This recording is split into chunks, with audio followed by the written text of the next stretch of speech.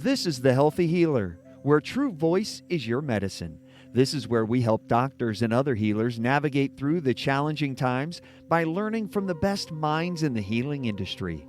Laugh, cry, and be surprised. It's entertainment, education, and inspiration so you can continue to be the unique and amazing healer you were destined to be. Welcome to humanity. Welcome to The Healthy Healer with Dr. Fred. Hello and welcome back to The Healthy Healer. It's Dr. Fred, and today we have a wonderful guest who's going to really walk with us about how it is that she got to be who she got to be in the world of entrepreneurship. So Elona Lopari is the CEO of the Life School, and in fact, we were just on a podcast in the other direction earlier today. In other words, Elona had me on her podcast, and we're going to reverse directions here and get to learn a little bit about Elona and my hosting. As most of you, I have a methodology that I created called the True Voice Podcasting Methodology. And that methodology really looks at podcasting as the template for learning how to speak, how to listen, and how to connect with another person. Perhaps there is no better platform right now on planet Earth than podcasting in order to do that. And both Elona and I have explored that from both perspectives. So today, both of us get an opportunity to be both a guest and a host and to bring our message forward to you, the listener. So without further ado, and with great pleasure, I want to introduce you to Elona Lopari, the CEO of the Life School. Thank you for being here, Elona. Great to have you. Thank you so much for having me. Yes, and I love how our common passion for podcasting and sharing our unique and authentic voices through the channel have united us. So I'm glad to be here. Yeah, it's great to have you. So let's talk a little bit about really what was at the source of you coming this way. In other words, Elona Lopari, and I hope I'm saying you right, your name, who are you? Yeah, so I'll start with when I first moved to the U.S. natively from Albania, seeing the first challenges my parents faced while coming to a new country and all of that. So I grew up very fast. I pretty much followed the blueprint of the American dream, get a college degree, have a successful career, be married and all of that. So I did that for 15 years. I climbed the corporate ladder in different positions. And one of my latest positions was a regional director. But however, the company was bought by another company and the culture turned toxic very fast. So I no longer saw a future there. So that's where my journey into entrepreneurship really started to discover. I figured out very well through the years of climbing the corporate ladder that the thing that was going to make me happy and fulfilled was really contributing towards things that I cared about, but also making a contribution towards others. So I went on this quest and the journey of entrepreneurship to figure out and realize what was going to be my path and how I was going to create impact in the world to be a purpose-driven entrepreneur, which now obviously I know the term. And when I first ventured out, I wasn't sure what that meant. But it was really in the journey of healing my own self and a lot of limitations and old stories based on what I needed to do and who I was, and reevaluating a lot of my values, so the life I wanted to create and the impact that I wanted to make is where I also ventured out on this journey of personal development, and also started listening to podcasts actually as a first source of getting access to great information that was going to help me feed my mind and open up my mind as to what were some of the things that maybe were holding me back, or what were some of the role models that inspired me or admired me and were doing similar work that I was doing.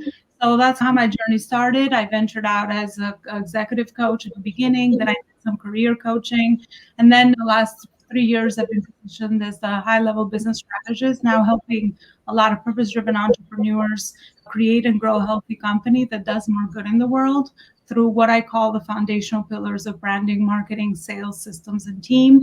I work a lot with conscious leaders, people that are in the spiritual space, people that are in the healing space, thought leaders, people that are bringing in a unique perspective to their work, and they're helping other people and creating meaningful impact in the world. That's beautiful, and thank you for being everything you are and how you got here. It feels like a natural thread over time, but it's a remarkable thread if you're not. But you may not notice, having ridden the ride 100% of the ride, that your story is unique and really inspirational in its own right. So one of the things you mentioned was that you looked at who are your role models? Who are some of the people that have done work in front of you, whose shoulders you stand on in order to be the contributor that you presently are? Yeah, my early mentor, which is what I often talk about, is Tony Robbins. I attended a lot of his events at the beginning as I was trying to figure out my own new path or this whole world of how I was going to create impact with other people. I was not under being an entrepreneur because that's all I knew for 13 years. I wasn't sure how to be an entrepreneur. So my beginning early mentors were Tony Robbins, Joe Dispenza. I like a lot of his work as well. But yeah, those are some of the beginning mentors. And one of the Tony's events, Unleash the Power Within, was where I actually made the decision to cut the cord, quit where I was working, and just ventured out in this unknown territory of personal growth and entrepreneurship and this whole journey that I am about, that I fell in love with now. And I can't even, when I look back, I'm like, wow, what an amazing journey it has been.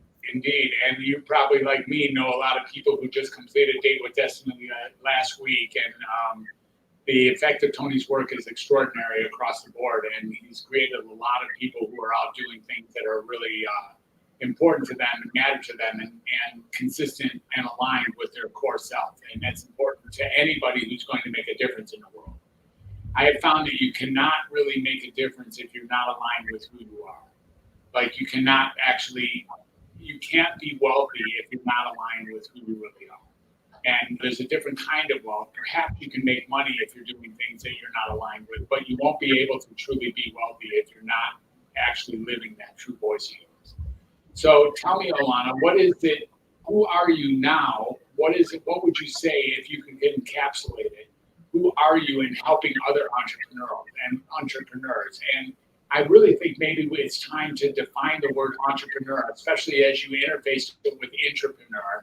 And what does it really mean to be an entrepreneur in today's challenging world? Yeah, I love your question because there's always opportunities to take a look at ourselves and the things that we're doing and always question that, right? Because one of the things that I found out in my journey is that a lot of the reasons why we do certain things can also come from that lack, and also those old stories that might hold us back, and even the traumas that we haven't healed. I guess to answer your question, who am I today? I try to live very closely to this whole world of being in alignment from your inner world into the outer world. And I didn't always know because I thought that success was really defined by the outside. That's why one of my conflicts was that, wait, I'm pretty successful on the outside, and everyone that I would talk to is like, what do you have to work it out? But on the inside, I was very unhappy and unfulfilled. So I really know the difference that if you don't start to tap into some of those inner things that might be holding us back, then you can fall in the trap of having all this achievement and success on the outside. But it's just like you said, are you really happy and at peace with your spirit? So that's why I lean into more of the spirituality over the years. And I even went on and got a master's in neuroscience because it just fascinated me. The more you get into the world, you realize that there's so much more to us as complex human beings. So I am proud to say that I definitely feel in true alignment between even my masculine and feminine. I've done a lot of work in those spectrums to really be the person that I am truly meant to be. And I try to stay aware every day and insightful or curious, so to speak, in the things that align with me based on what I am about and my values and what I want to build at this time, and also things that I no longer resonate with, and to start trusting my inner intuition. It's been something that I've tapped into for early on, and I realized that it's such a powerful tool that we all have as humans to guide us when we are in misalignment or we make major life decisions or business decisions that are either the right thing or the wrong thing to go ahead with, that are going to serve us or maybe teach us a lesson, because it's always too late, right? Even if we don't get it right, it's also a lesson to be learned, which is why the name of my company is The Life School, because I realized that life is just like a school and entrepreneurship is just like school. So I'll go to define entrepreneurship based on what you asked me, Fred. So I think it's just, but entrepreneurship is really you taking the channel of entrepreneurship to use that knowing and vocation and your experience or a problem that you might have solved for yourself, and using that channel to solve it for many more people. That's really how I would define entrepreneurship. And then eventually you want to solve more the same problem for more people, and you want to expand and create impact. That's when you start aligning the right people under your umbrella of the entrepreneurship company, and you bring in the right team, the right clients, the right communities, and even the right stakeholders later on when your company gets to a certain point and level. So that's, in a nutshell, as simply as I can possibly define entrepreneurship, at least in what I've seen and what I do today. Wonderful, thank you. And I heard in your, I think it was in the other podcast, the one where you were interviewing me earlier today, something about making a large impact and also making a large income. And so this is important. Do they feed each other? Does the impact feed the income, which then feeds the impact, which then feeds the income? That's my understanding. I'd like to hear your view on that. Yeah, I speak very often around alignment of purpose and profit. And I absolutely think the two have to marry. Because if the second doesn't marry, your purpose is great and it can contribute, however you can't sustain it, and you don't have the material tools that you need to start to make this reality, meaning contribute towards causes you care about, or even hire people, or even invest money in the business that's going to help you expand your impact. So yes, I absolutely think those two can coexist together, even though sometimes I think for most people, they might seem like a conflict, that if I'm purpose driven, then how can I even charge for what I'm doing? But that's why entrepreneurship is that beautiful journey that aligns both, I think. And the more you understand how to align both, the more you're able to continue, carry on, sustain the efforts of your labor and create the impact that you desire. And I think that if you're focused on the first part, then the second part is a byproduct. I'm not saying it's a natural byproduct. I think you have to be intentional in creating the second part as well. However, it shouldn't be your main objective, because just like I shared my story at the beginning, I could see where your major focus is just money making and profit. You can sacrifice a lot of things in the value of the way you even operate, the way you make decisions that are going to make you more somebody that creates decisions in the long term for the monetary gain. And you're not going to be somebody that carries over something long term. And that's going to really impact the people that align with you, your clients, and everything else that's around you. So I absolutely think the way to do it is purpose, then profit. Perfect. Purpose first, and profits are as a natural correlation to the purpose. Is that what you're saying? Yes. Okay, makes sense. All right, and so you mentioned that you had this other world where you were an intrapreneur, and that kind of broke down because there was toxic relationship at the end. There was a toxicity inside of your relationship with the company, or inside of the company itself, that no longer aligned with you. It seems to me that's an important space to learn, that being pure in your intentions and being pure in your purpose is a requirement in order to grow and be sustainable. Like, you were able to see that the breakdown occurred when there was toxicity in your old relationship as an entrepreneur. Am I stating that correctly? Tell me a little bit about the transition from during those years when things were breaking down in your old view, like back in the day when you were working for somebody in the corporate world and climbing that famous corporate ladder, and to now where you have essentially created and designed your own ladder as a way of helping other people work through their own entrepreneurial challenges. Yeah, absolutely. The things that come most to mind is some of the parts of the culture that you could see so clearly. And pretty much we all felt like a number. People around me felt like a number. We're just pretty much the tools of the people that needed to get certain measurable business results. And a lot of our own contribution started to get depreciated. There was no more teamwork feeling in the whole entire culture or region that I was part of. Different people were meritocracy, I think that's the right word, or the people that deserve promotions or to be moving ahead in certain positions were there because of who they knew and all of that. So a lot of politics behind the scene rather than their efforts or their performance. Those were three of the major things that started happening. And also just underappreciation for the work of people overall, and lack of growth opportunities. Because I've realized that in order to keep people retained under your mission vision is to absolutely help them align their personal goals with your companies, but but also be able to give them a way to contribute beyond themselves and also learn and grow so that they can develop. And when those two things, especially the last two, are missing, then it's very easy to just in the short have people have that short-term view of your company and be able to give up their loyalty because of other shiny objects or opportunities that might be around them. Yeah, those are some of the things that I've seen that definitely raised those red flags and had me looking in another direction. Right, exactly.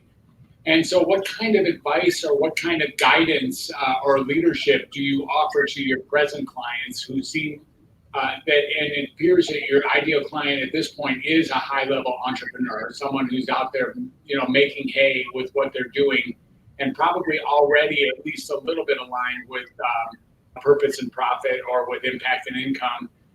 What are the goals that you set for yourself in being of assistance to this very unique and important group of people?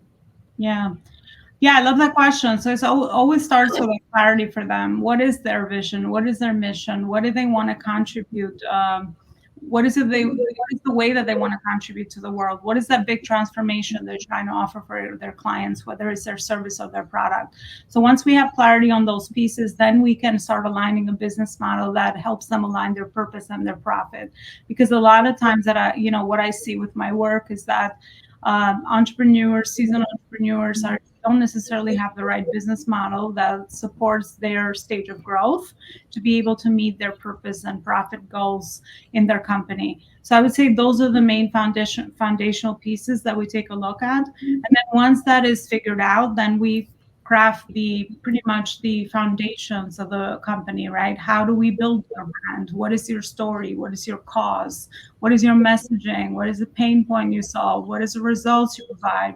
Right? All the different pieces that kind of then, like puzzle pieces, start to connect together between their branding, the way they market authentically with their clients, how to connect emotionally with their clients, all these different things that are so important. How to build community. Community is very important at the heart of every business today, right?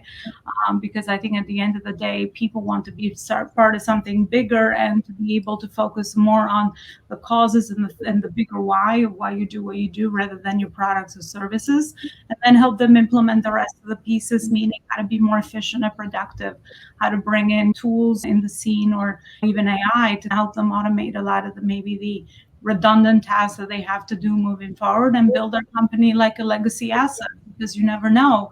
Later on, you might change your mind, even though obviously a lot of CEOs and entrepreneurs are very attached to their companies and their babies. However, you want to build a company independently, much like parenting, I always say, because then when your company is operating efficiently and independently from you, then it becomes an asset.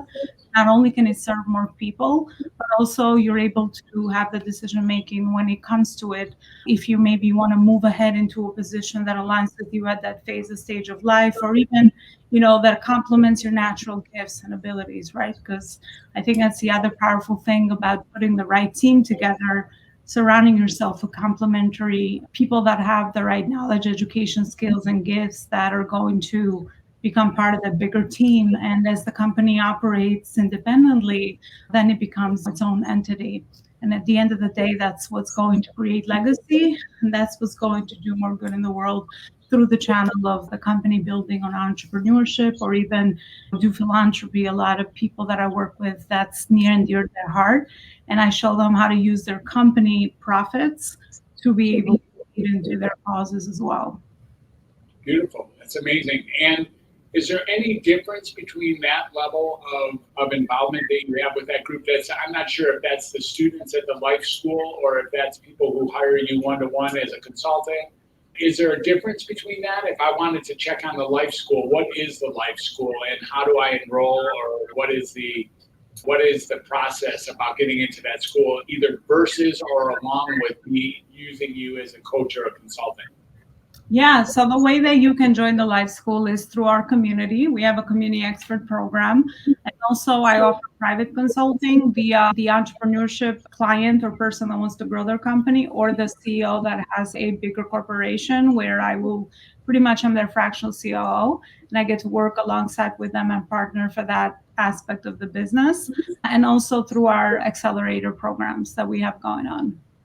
Interesting. And what does the school have to offer? Is there a certain set of semesters or a curriculum? Is there certain things I'm expecting to learn on video, or is it webinars, or do I have contact with you, or do I have a small group of other students that I'm working with, or what is the infrastructure that I get inside of the life school? Yep. So you get each of these choices, as I mentioned, and then based on the needs and your budget, then we recommend what is the right program for you. Most of the programs that I have, because of the access to all the passive products that I built alongside, are ongoing admission basis. So you can come in at any time, meet you where you are, and we also give you customized support based on your current needs in your business, as you also learn the rest of the foundational pieces of the framework of how to grow a healthy, profitable business that aligns your purpose with profit. So I would say it's based on the needs of the person, and also where is it that, and their budgets, of course. And then we'll recommend something that is mostly aligned with them. Mm-hmm. Interesting. Yeah, super cool. And you find yourself working, is there a certain set of criteria of people you would either accept or not accept? If someone is not aligned with their self, let's say they are financially driven, profit driven, much more than, there are people out there who are profit driven more than purpose driven, who are really interested in just padding their pocketbook and making a ton of money so that they can buy things and, look good and all those things that money allows us to do. Is that somebody who should not apply to the life school? Are you looking for people who are ready to find purpose, or is there some sort of criteria that you use in order to accept students into the school? Yeah, I love that question. To your first question, if they are profit driven, can they actually come on board? I have found that a lot of people are profit driven, just like I was, material driven, because I thought that was going to make me happy. So those are the people I'd love to help the most, because then we could show them how to, deep down, there's other things that they haven't figured out yet that it will help them align their fulfillment as well. So I love those people. So yes, you can absolutely come on board if profit is your main concern or your main objective, because that's the point. I'll show you how to also align your purpose part. But the main 2 points, the main 2 problems that people come on board for is inconsistent cash flow in their businesses, and also lack of scalability. Whatever they've tried so far is not taking them now to the next level, so they can start moving themselves from the business, or even be able to have a business model that is more scalable. So those are usually 2 of the main pain points if they are encountering that. Those are the main problems that we solve for. But I would say, yes, to the first person, I'd love to bring them on board as a profit-driven oriented entrepreneur and show them they can align their purpose. And then, of course, the other 2 problems that I mentioned. Yeah, it seems like that if you could take someone who comes in saying, I'm profit driven and I'm not sustainable, or I'm profit driven and don't have proper or expected cash flow, that when you can inject some degree of being aligned with a purpose along with that profit driven model, that natural outcome might be sustainability and reliable income as a direct result of matching the 2. Yeah, and that they can be happy, they can enjoy their business, right? Yeah. They can love the process. So sometimes it's just they haven't been exposed to another way, but I meet them where they are. If the profit is what they want, we'll give them that. And then just anything in marketing, right? We give people what they want so we can show them what they really need. So, yeah, exactly. That's fine as well. Yeah. So do you use a lot of the same material that Business Mastery teaches, or how deep into the Tony Robbins realm did you get? In the university, et cetera, that's there inside of the program, inside of the Mastery University? Are you still leaning on that? Is that part of who you are? Are you hanging out in the Robbins Institute still, or where are you with all that? No, I've completely detached. Obviously, that knowledge and education was great, because it always helps to see how another successful entrepreneurs build scalable, sustainable businesses. However, my framework comes from my own experience and methodology. I've also been in the space of business development, whether I was building someone else's big umbrella or my own, for over 20 years. So my methodology is derived from experience, and I'm very strong at process operations and processes. So I've been able to perfect the process over time to be able to give people a predictable result. I would say that maybe earlier on I was influenced by a lot of the business mastery information that's given out there, but over the years I've just found that my own unique approach or even my approach in working with so many people, I would trust that, because I'm able to give people a specific result, and that's usually where I focus on most heavily. Awesome. That's great. Thank you for answering. And how does your personal life interfere or intersperse or interact or interface with your business life? You mentioned you had conventional life going through, and you were married, and you had a driven entrepreneurial lifestyle, and you were material driven, etc. How is your personal life now interfaced? And is it rewarding just like your professional life? Are you able to keep that so-called balance in place? And how do you help others find that? Yeah, I think that a lot of the exposure to the personal development world has definitely helped my relationships, my most closest relationships, whether it's my kids or my husband or closer family and friends that I have around me. I think because I'm exposed to so much more rather than just the business acumen of things, then it has helped me become more of an overall person, take a look at the overall picture of that is my life. So I definitely think that at certain stages and phases, the priorities are different, the focuses are different, and I'm able to intentionally be aware or stay aware around where is my focus at certain times. But I've been able to really set some non-negotiables on my schedule, right? And those are things that I do with the family or for my health or for my own sanity or whatever else. So I think overall, I have a pretty good grasp on what is it that I do. But I think from time to time, as we grow and evolve, I feel like it's always something that we're looking at. It's not like we figured it out and we just now have the perfect answer. I think it just at every phase and stage, as long as you keep your priorities in mind, then you get to tweak and you get to improve the processes and you move things around. As long as you have clarity on what's important, then I think that's where everything begins, because you're going to be the main decision maker anyway on how you handle relationships or how you're present there for your family and friends.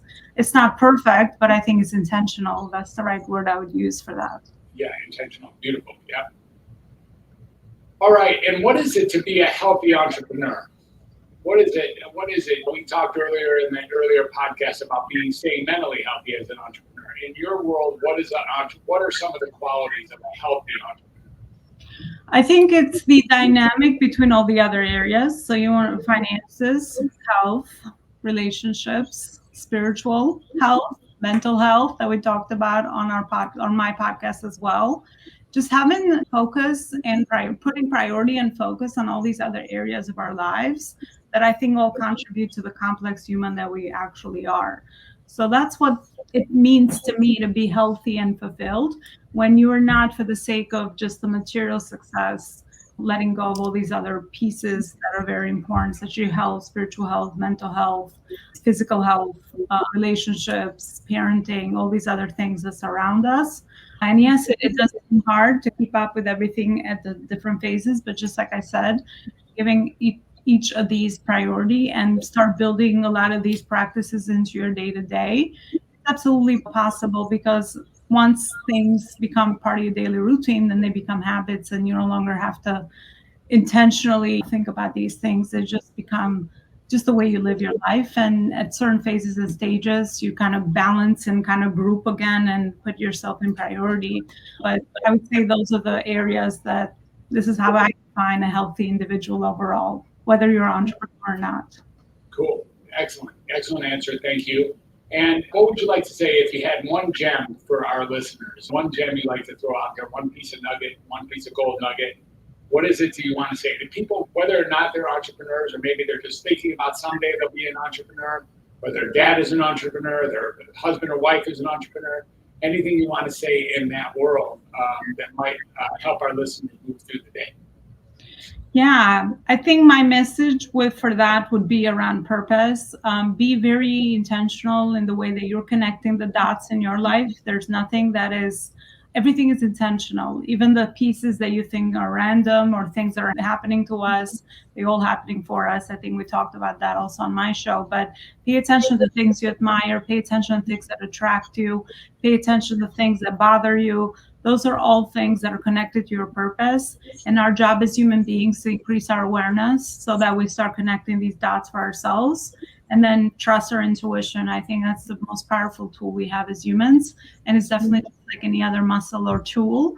the more we use it, the more we sharpen it, and the more it actually comes to help us in our major life and business decisions as well. Fabulous. Thank you again so much. And Elona, where can people find you? How do they find the Life School? How do they find you? How do they want to start working with you or follow you or learn from you? What do they do?